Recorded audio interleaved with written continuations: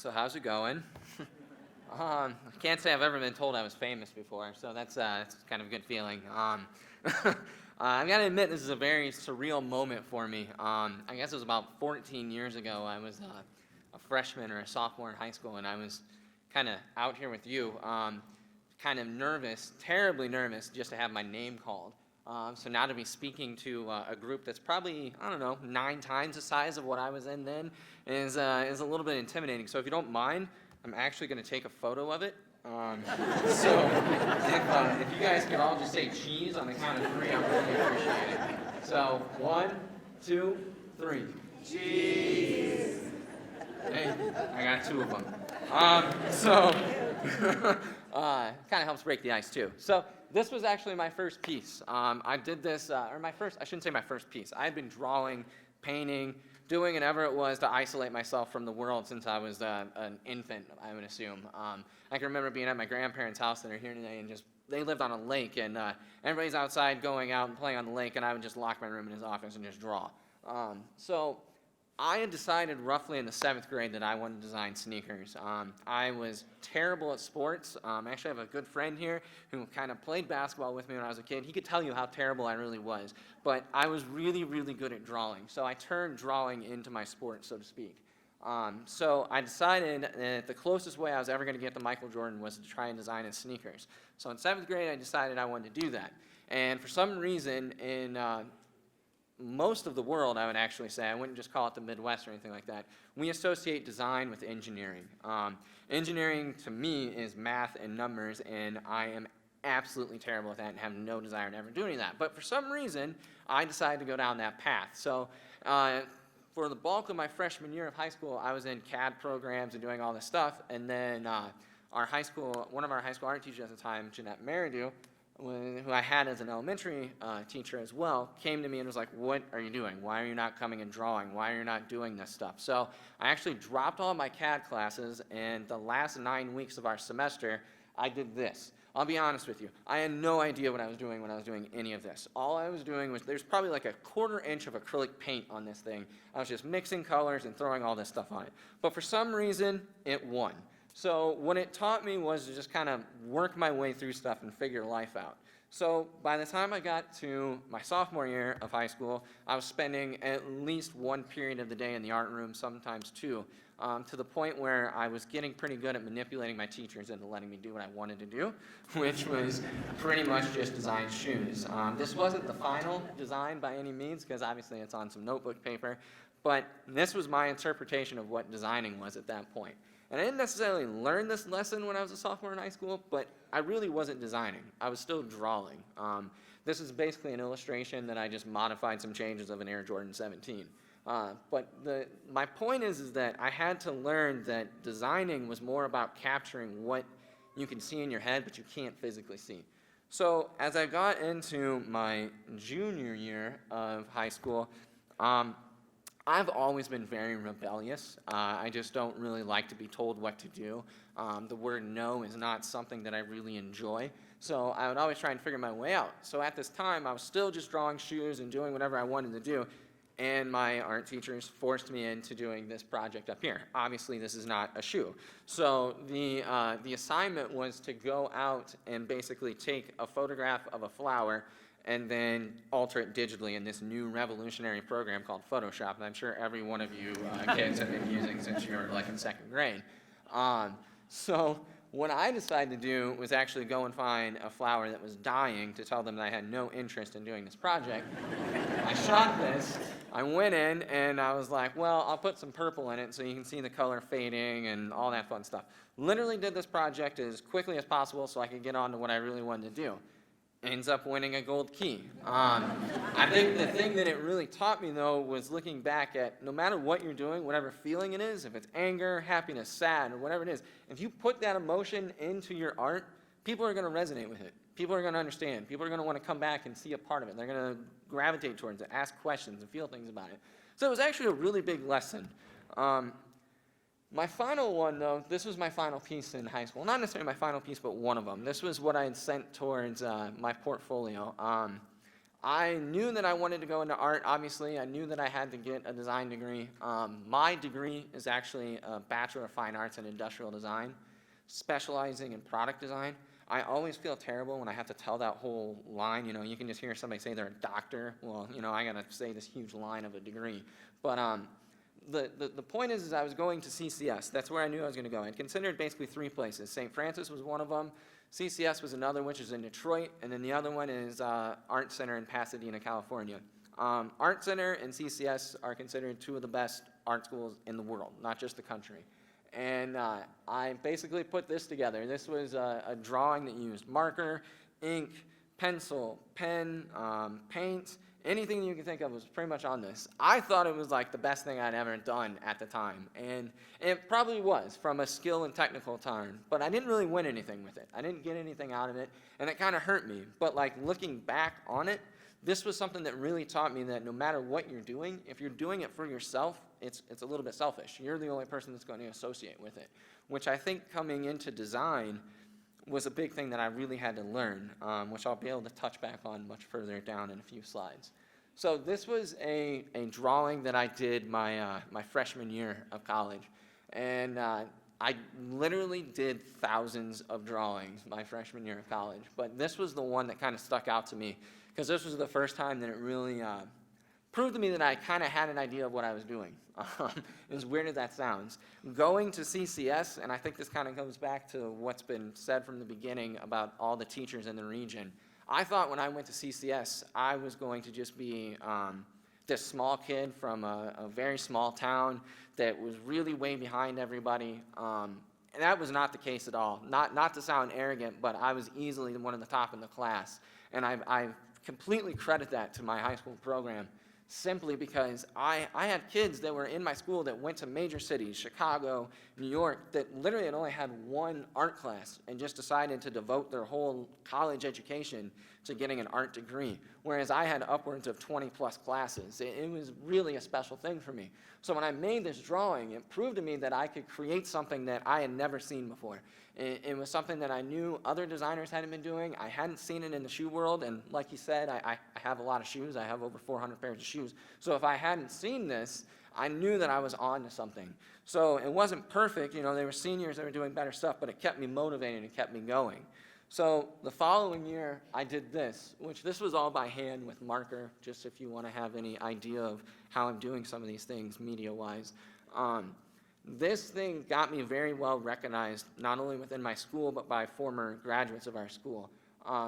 Looking back on it, I absolutely hate it. It's like the most unfunctional shoe that you could ever see. But for whatever it was, it got people excited. And it helped me to meet probably one of the most influential people in my life. His name is Jason Manin. He's a designer at the Jordan brand. And he really came and kind of honed me and taught me how to do stuff and keep me moving.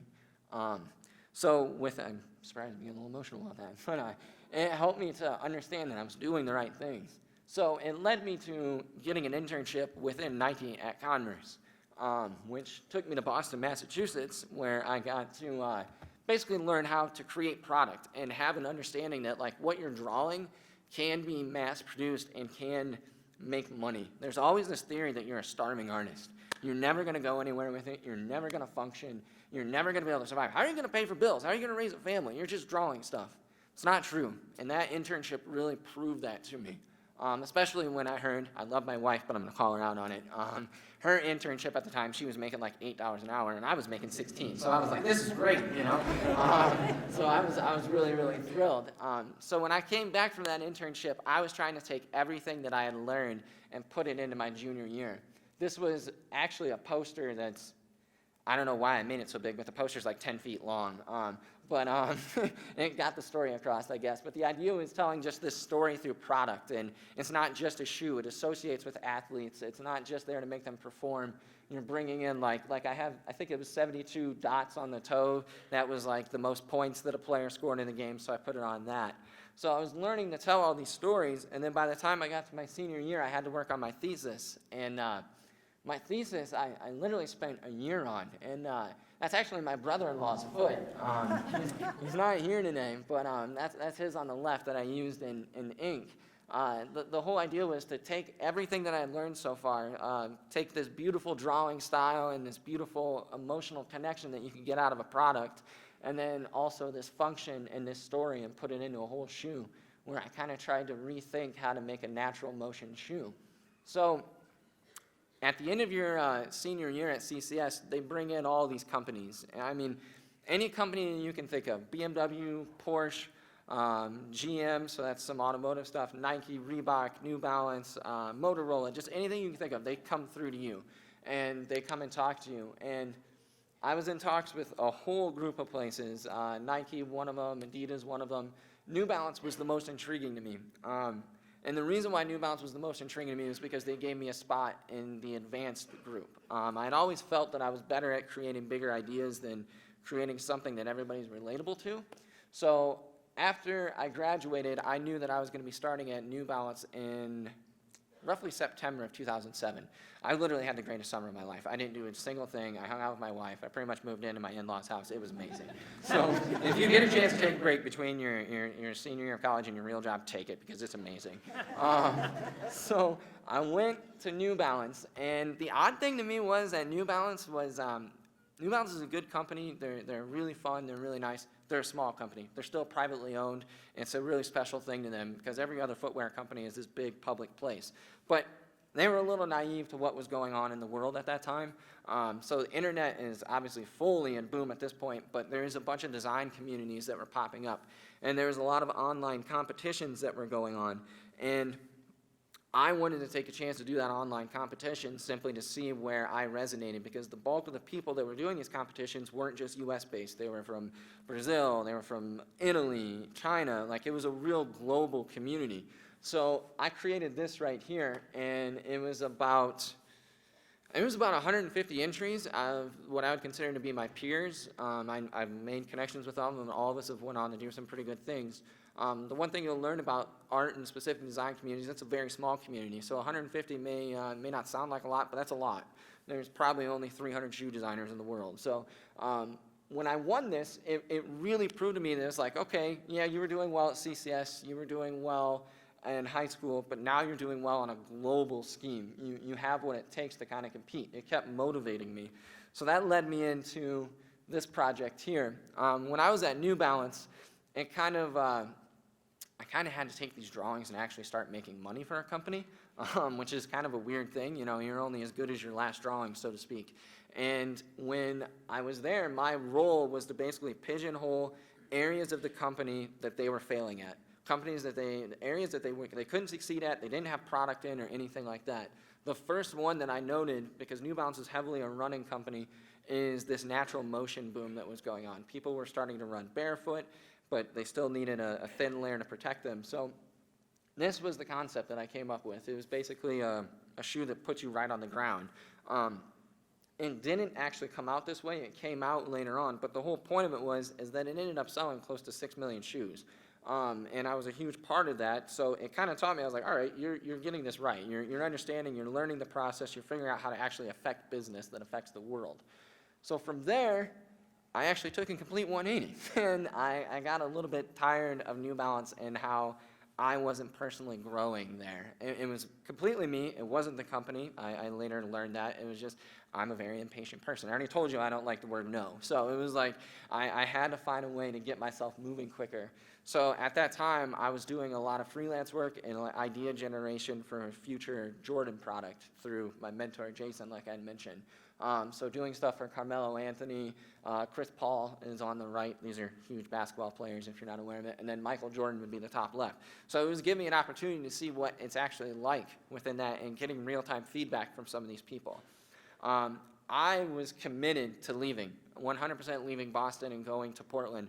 My wife and I were actually out in Portland, and we were entertaining an offer from Adidas, and I was getting ready to go meet with Nike the next day. And I got a phone call from Detroit, Michigan, because I recognized the 313 number. I was like, well, what's this? And it was General Motors. I had submitted my portfolio a while back just as an idea to see what could happen. And they called me and they offered me a job. It was really, really weird. So I had been hustling so hard to leave this one place, and it wasn't happening, and then all of a sudden I had like 4 different offers. It was a very, very good feeling. I was very happy about it.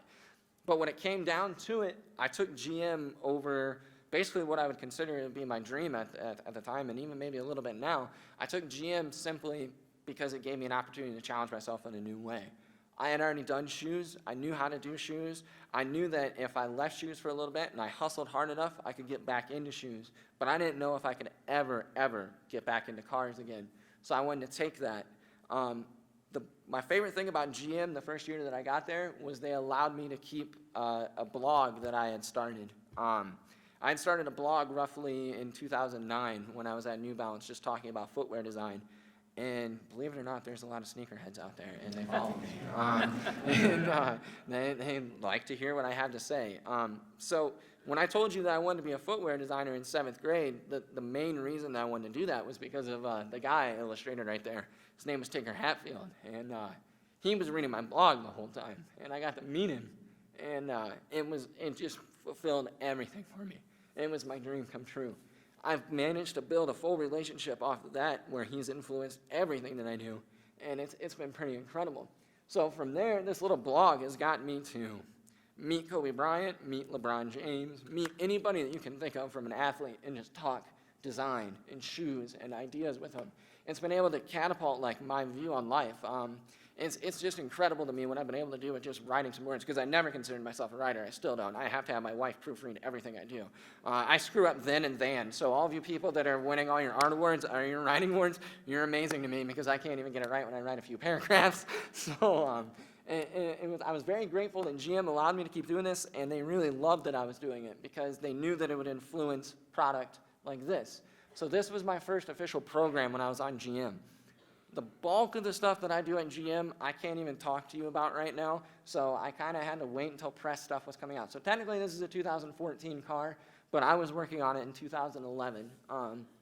This is the Z28 Camaro, which anybody that's a Camaro fan knows that the Z28 is a big heritage play, and it speaks a lot about the company. It speaks a lot about performance. So this was my first real introduction into GM and realizing how big of a company General Motors is. New Balance was like 3,000 people. GM has 3,000 people in one building. I don't know what our exact number is, but it's well over 100,000 worth of people working there. And it amazes me when my manager, who's been working there for 20 years, meets somebody that she's never met who's been working there for 30 years. I just don't understand how that can happen. But regardless, I worked on this. And basically what I do at GM is create color, which is kind of a hard concept to understand. It's hard to explain, but I create color. So this is a matte paint job that is white, and basically we worked on making it have movement to it. It's a real big theme that was going on, and it was a fun project. Which brings me to what Max had mentioned earlier, the 2014 Stingray. This to me was one of the most special things to be able to work on, because in my opinion, within design, there's very few things that are iconic and live forever. If you do it properly, something is going to emotionally connect with a whole grand scheme of things. Like, you can go get a Ferrari, you can go get a Porsche, you can go get a BMW, you can get a Lamborghini, whatever you want. Those things are beautiful, but this is a car that's truly attainable, and it's a supercar that's better than all those performance-wise. So to be able to be a part of something that I could potentially own that goes up against some of those vehicles is incredibly special to me. And on top of that, this is genuinely a piece of American history. Like, I can say that I was a part of American history when this goes into museums and everything else, and going forward with being the lead on it. It was really a special moment. It was the main reason why I came to GM. So that was 2013. So for 2014, you've got a little bit more abstract look here. 2014 is interesting for me because I fully accept that I am an adult. I'm married, I have a child, I look at stock dividends, I'm trying to buy a house. Like, I'm fully accepted that everything that I do now has an effect on whatever I have going forward. But at the same time, I have never been hustling harder in my life to get to wherever it is I'm trying to go, which I don't really know. So the 3 things you have on that screen is my sketchbook, a pen, which is actually behind my ear right now, and then the exact same pen from that photo, may I add, and then this book right here. It's not how good you are, it's how good you want to be. This book, I don't know if any other artists are like me, but I'm not a big reader. You could read this in 3 hours, I promise you.